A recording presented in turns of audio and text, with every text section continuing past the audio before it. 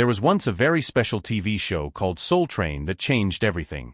No other show in America ever had such a big effect on how people thought about music and dancing. But then in 2006, the show suddenly stopped and never came back. Nobody really knew why it ended so quickly, except that there was one last episode that was filmed but never shown on TV.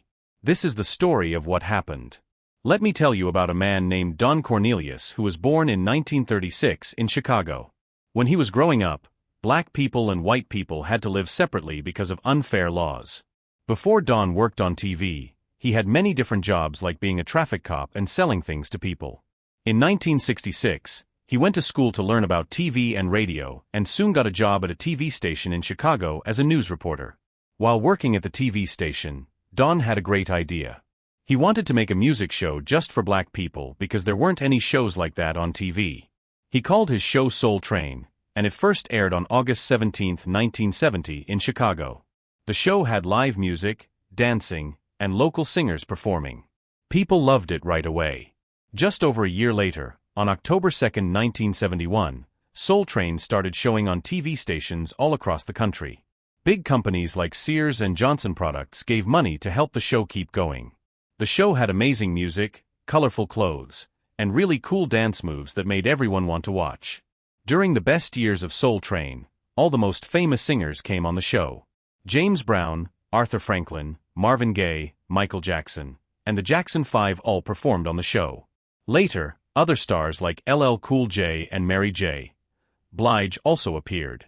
But it wasn't just about the singers. The show also helped dancers become famous. Some dancers like Rosie Perez and Jody Watley became well known because of Soul Train. There was even a dancer named Jeffrey Daniel who taught Michael Jackson how to do the moonwalk dance. One of the most famous parts of Soul Train was called the Soul Train line. This was when all the dancers would make two lines facing each other and then people would take turns dancing down the middle while everyone watched. Each person would show off their own special dance moves. It was like a dance contest where everyone got to be the star. Soul Train was more than just entertainment. It was a place where black people could see themselves on TV looking good and having fun. For people watching at home, it became something they look forward to every week. For the people who got to dance on the show, it could change their whole life and make them famous. Don Cornelius wasn't just the host of the show. He was also the boss who decided everything that happened on Soul Train. He was in charge of what music was played, what the dancers wore, and how the whole show looked. Don was always very calm and serious, which made Soul Train different from other music shows. He believed that TV should be for everyone, not just white people, and that black culture should be shown in a good way. For more than 30 years, Soul Train made over 1,000 episodes. It became the longest-running music show on TV ever. In the late 1970s and early 1980s, millions of people watched the show every week. Companies that sold makeup and clothes to black people loved to advertise on Soul Train because they knew so many people were watching. The show became so popular that they started having Soul Train awards, fashion shows, and selling Soul Train products. Don Cornelius became one of the most important people in black entertainment. In 1971, Life magazine said he was one of the 100 most important people in America. But when something becomes really famous, it also faces problems, and Soul Train was about to have some big troubles. Don Cornelius was very strict about his show. He controlled everything that went on TV and even told the dancers how to dress and move. Rosie Perez, who danced on the show for several years, remembered that Don didn't allow dancers to do moves that were too suggestive or that didn't fit with what he thought the show should look like. Once she was told to change how she danced because Don thought it didn't match the show's style. Many dancers who performed on Soul Train never got paid any money for being on the show. They thought that just being on national TV was payment enough because it could make them famous. But later, some of these dancers felt like they had been used because the show made money from their dancing and creativity. But they got nothing. The biggest problem came when hip-hop music started getting really popular in the late 1980s. Don Cornelius didn't like hip-hop music. He thought it showed bad things about black people, like violence and bad language. In 1992, he said that he didn't want his show to play music that didn't represent anything positive. This made a lot of people angry. Many musicians and people in the music business said that Don was old-fashioned and didn't understand what young people liked. New shows like Yo MTV Raps and Rap City on BET started playing hip-hop music that Soul Train wouldn't play.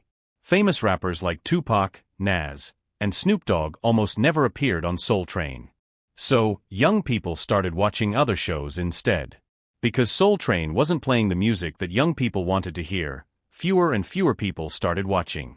In the early 1980s, over 4 million people watched the show every week. But by the early 2000s, only about 2 million people were watching. TV stations started moving Soul Train to worse time slots or replacing it with newer shows. In 1993, Don Cornelius decided to stop being the host of Soul Train. After 23 years, new hosts like Maestro Clark, Shima Moore, and Dorian Gregory took over, but none of them had the same special feeling that Don had brought to the show. They tried to make the show better by changing the stage, getting new hosts, and inviting more hip-hop artists, but nothing really worked. The show felt old and tired compared to newer music shows. Between 2003 and 2006, Soul Train started making fewer episodes each season, and many of the people who worked on the show quit or moved to other jobs. It cost a lot of money to make the show, but not enough people were watching. So the people who paid for the show started wondering if it was worth it. Don Cornelius stopped going to public events and rarely talked to reporters anymore. The show that had once made him famous and proud now seemed like something from the past. Soul Train kept airing every week, but it wasn't important anymore. New singers didn't want to perform on it. New dancers didn't stay long, and the show felt stuck in the past. Then in 2006, something happened during the filming of what would be the last episode ever. And after that, Soul Train never came back. In March 2006, Soul Train was supposed to film just another regular episode in Los Angeles.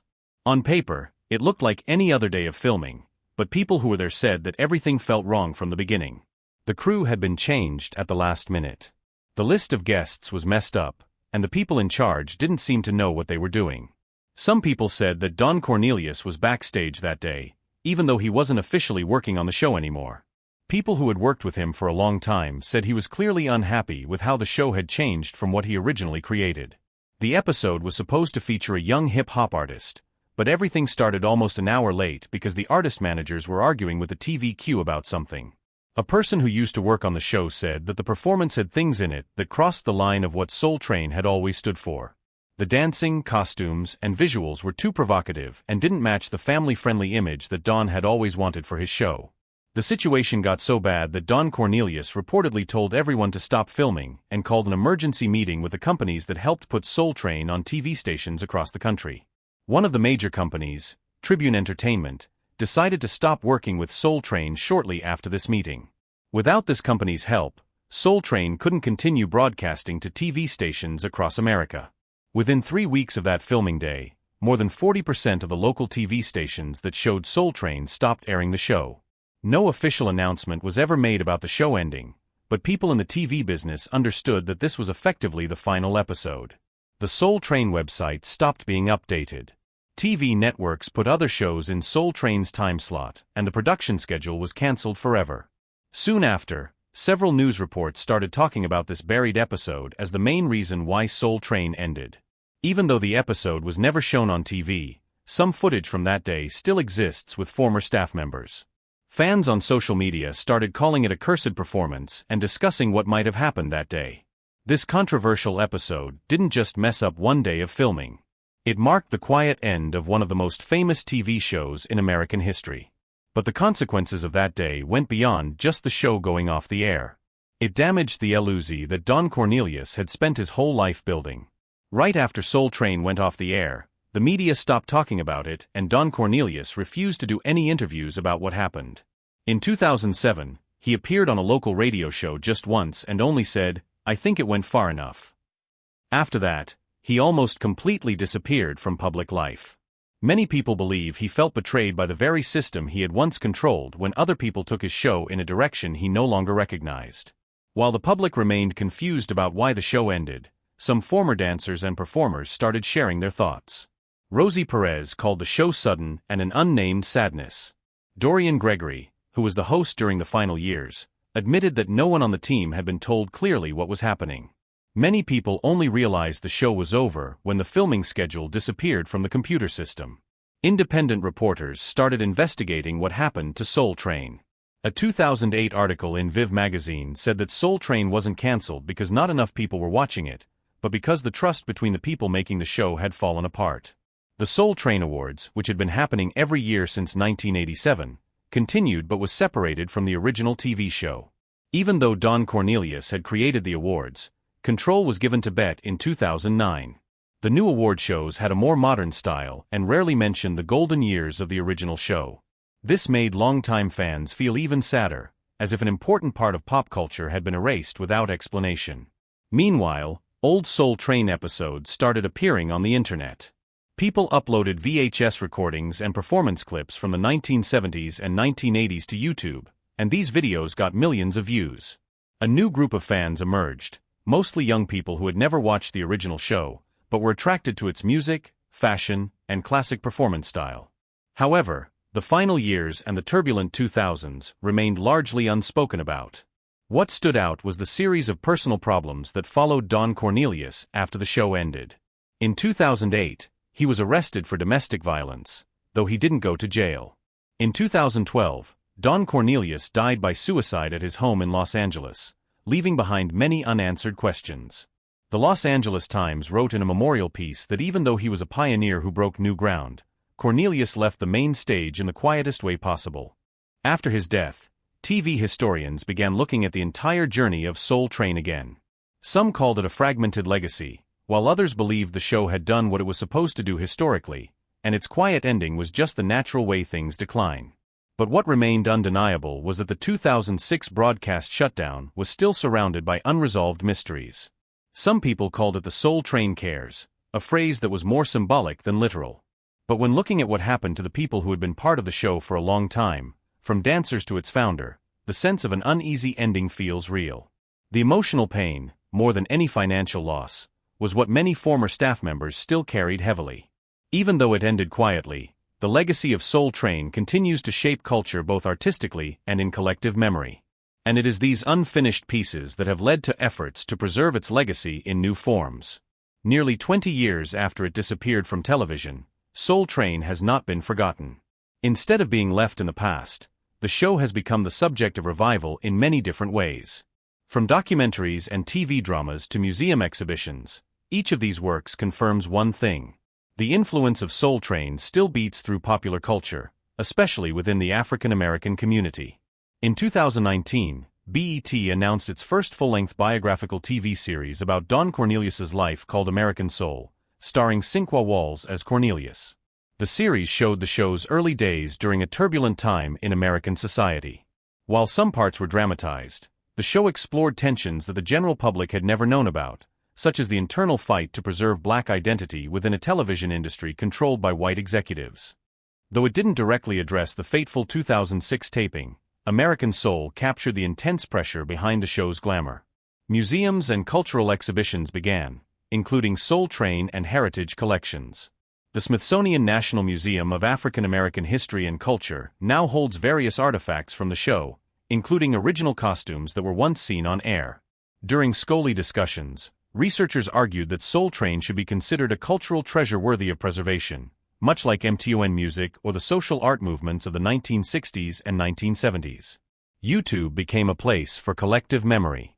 Thousands of performance videos, behind-the-scenes clips, and interview footage were reconstructed. Some from personal archives, others from local TV stations that once aired the show. Audiences born after 2000, those who never experienced the show firsthand, have become a new generation of fans. They copy the choreography, recreate the fashion, and even host themed parties inspired by the Soul Train line. On social media, the hashtag Soul Train Challenge went viral in 2021. Young artists like Lyso Anderson Paak and had took part, posting videos of themselves dancing in the show's classic style. Some grown-ups even held costume competitions themed around the 1970s to honor the show.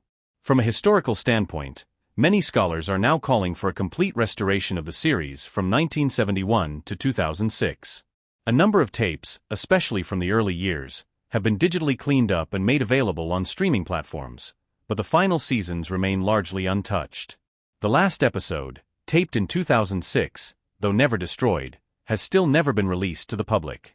Many believe it will never be officially published due to legal and content problems. The legacy Don Cornelius left behind is no longer measured by the number of episodes that aired, but by how the show defined a concept. A music program not just for entertainment, but as a cultural statement. Soul Train was the first place where Black Americans saw themselves on national TV in their clothes, their dances, their music. It was a rare form of power, especially during an era still marked by racial separation in the early 1970s. The sudden silence of 2006 could not erase that. On the contrary, it turned Soul Train into an interrupted icon. And it is that incompleteness that fuels the public's desire for answers. What remains is more than performance footage. It is a shared memory for generations. Those who danced to Curtis Mayfield sat in front of the TV on Saturday afternoons and believed there was a place on screen where black dreams were allowed to exist. Though Soul Train ended nearly 20 years ago, the values it left behind remain vivid in memory and popular culture. The unnamed episode may forever stay in the shadows, but the light Don Cornelius ignited continues to spread. That light is not only the legacy of a television program. It is a statement of identity, voice, and presence for a once overlooked community. And sometimes what never aired is what history remembers.